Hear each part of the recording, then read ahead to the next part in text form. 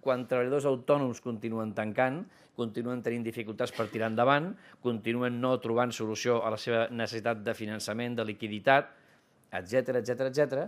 A davant de tot aquest panorama, 6ª reunió del govern anunciant res. En relació a allò que per nosaltres és la primera i principal prioritat que té Catalunya en aquests moments. A davant d'aquesta manca d'informació, a davant d'aquesta opacitat, d'aquesta manca de transparència, se'ns demana un acte de fe. I nosaltres en el govern li diem que no estem per fer actes de fe amb aquest govern. El que volem és transparència, xifres, concreció, papers, documents, informes, poder-los debatre i a partir d'aquí poder opinar. En tot cas, el que és evident és que endeutar-se més amb la situació actual de la Generalitat no és la solució.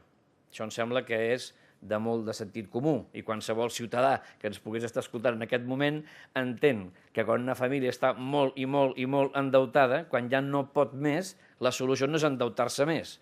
Aquesta no és la solució. Evidentment, això ha d'anar acompanyat, en tot cas, de moltes altres mesures que desconeixem, perquè en aquest Parlament no s'han explicat. Que molts ciutadans de Catalunya varen dipositar confiança en aquesta proposta electoral pensant realment que després es compliria. I la promesa era deixar sense efecte la mesura de la velocitat variable en les vies d'accés a Barcelona.